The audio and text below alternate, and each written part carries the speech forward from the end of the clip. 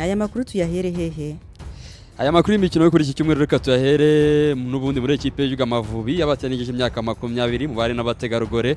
Umutoza w'ikipe y'igihugu y'abagabo nyine y'abagore Kasambungo Andre yahamagaye abakiri 22 batanigije imyaka 20 bazitabira muherero kwitegura Nigeria mu mikino ibiri yo gushaka iki gikombe cy'isi kizaba mu 2026. U Rwanda ruzakira umukino ubanza tariki ya 21 Nzeri 2025 mu gihe wo kwishyura uzabera muri Nigeria tariki 27 n'ubundi muri Nzeri. Hanyuma abakinnyi bahamagawe turebye nk'abanyezamu hari witwa Muhawe w'amahoro Rosine ukirira ikipe ya APR, harimo Maombi Joanna wa APR n'uwitwa Iramuzi Belis wa Mutunda.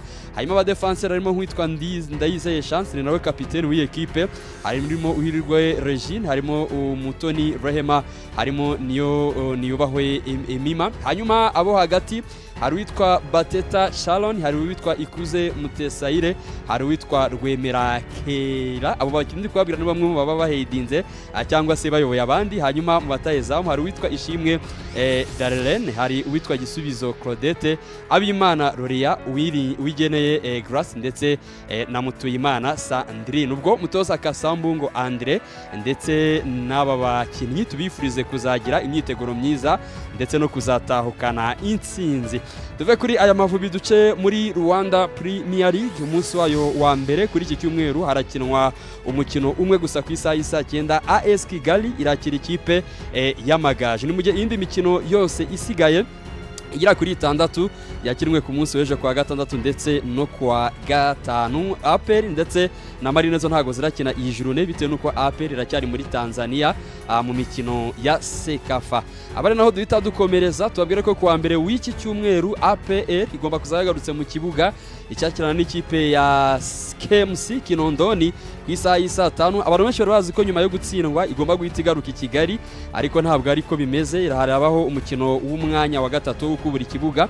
Hanyuma ku isaha y'isa 8 kuri uyu wa mbere w'ejo nyine Al Hilal Omdurman izahita imanuka mu kibuga ikina n'ikipe ya Singida Black Stars. Ni naho tuzamenyamo ekipe imwe igomba kwegukana iyi Sekafa Kagame Cup. Kuri Singida uwitwa Miguel Gamondi n'umutoza wayo mushya, amaze ukwezi kumwe konyine ayitoza ariko ayisageza kuri finali ya Sekafa. Uyu mutoza ategerejwe i Kigali n'ikipe ya Singida atoza, bafitanye umukino n'ikipe ya Rayon Sport wa CAF Confederation Cup tariki 20 z'uku kwezi kwa 9. Birumvikana ko arabura iminsi mike cyane. Ubwo kuba kunzi w'ikipe ya Rayon Sport ejo muzabe muri maso kugira ngo murebe ekipe mugomba gucakirana mu mukino w'ijonjora rya mbere ry'imikino nyafrika ya CAF Confederation Cup. Tuve muri mikino ya Sekafa duce muri Rayon Sport y'abagore. Kuri iyi saha bari kuruhuka, biracyari ubusa ku busa hagati yabo na Kampala Queen. N'umukino wa kimwe cya kabiri uri gukinirwa kuri Kasarani Stadium, stade y'igihugu ya Nairobi. Akaba ari mu gace ka Sekafa mu gushaka itike ya CAF Champions League. Rayon Sport riramuka ikomeje muri iki cyiciro ikagera finali. Inde kipe bizahurira nizo kipe ebyiri zizahagarara aka karere ka Yase mu mikino ya CAF Champions League. Mbibutsamo ko iki cyiciro cya kimwe cya kabiri Rayon Sport igezemo ari no kipe yo mu Rwanda ya mbere yari ibikoze. Hanyuma abakinnyi yaserukanye harimo uwitwa Angeline n'umunyezamu, harimo uwitwa Gikundiro, harimo uwitwa Umwari, harimo Uhirwe, harimo uwitwa Sifa, harimo uwitwa Ukwikunda, harimo Salam, harimo Umuhoza, harimo Mukantaganira, harimo Uwimbabazi ndetse na Ngwema. Ubwo igice cya kabiri reka tuze kwitega ibigomba kuza kukivamo niba Rayon Sport birarangira itsinze Kampala Queens ikaza kugera kuri finali.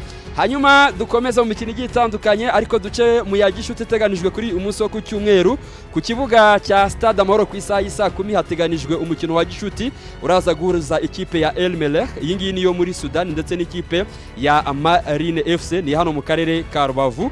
Iyi kipe ya El Merreikh imaze iminsi mu Rwanda yitegura imikino nyafrika. Byari biteganijwe ko izakina imikino igiye itandukanye, bari bafitanye na Rayon Sport ukurwaho ndetse na AS Kigali, ariko kuri uyu munsi Marine yagiriwe ubuntu. Umutoza Darikonovic yasanze ekipe ye ikiri ku rwego rwo hasi bituma iyo mikino yindi yose ayanga.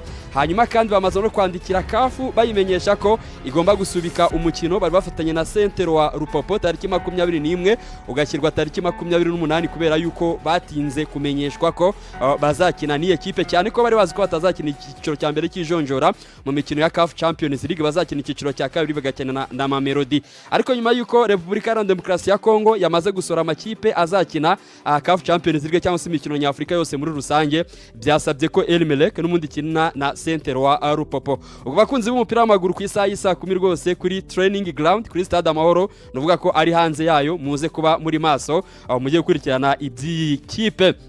Hanyuma duce muri basketball FIBA U16 Afro Basketball ikomeje kubera mu Rwanda kuri Petit Stade. Kuri iki cyumweru harakinwa imikino yose ya nyuma mu cyiciro cy'abagabo ndetse ni icy'abagore. Mbibutse ko ari amakipe 12 y'abagabo yari yitabiriye ndetse n'amakipe 11 y'abakobwa babangavu yaraturutse mu bihugu bigiye bitandukanye ndetse n'ingimbi.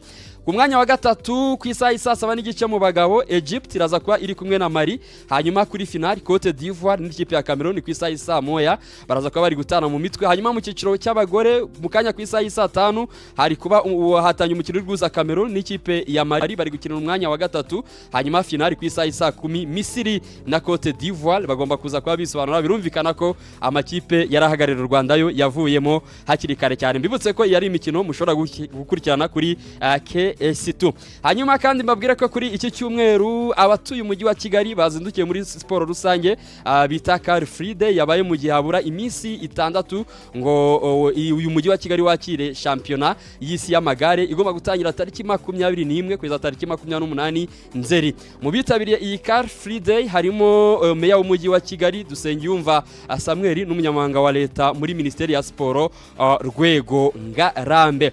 Twihute Ethiopia yamaze kwandikira CAF yisaba ko umukino wayo wundi wa 9 wo gushaka itike y'igikombe cy'isi yazawakirira kuri Stade Amahoro bitewe nuko iki gihugu cya Ethiopia Savera nta bikorwa biremezo gifite. Hanyuma mu Bwongereza uyu munsi hari Manchester Derby, Manchester City kuri Etihad Stadium igomba kuza kwakira ekipe ya Manchester City saa 11 n'igice Savera. Urakoze cyane.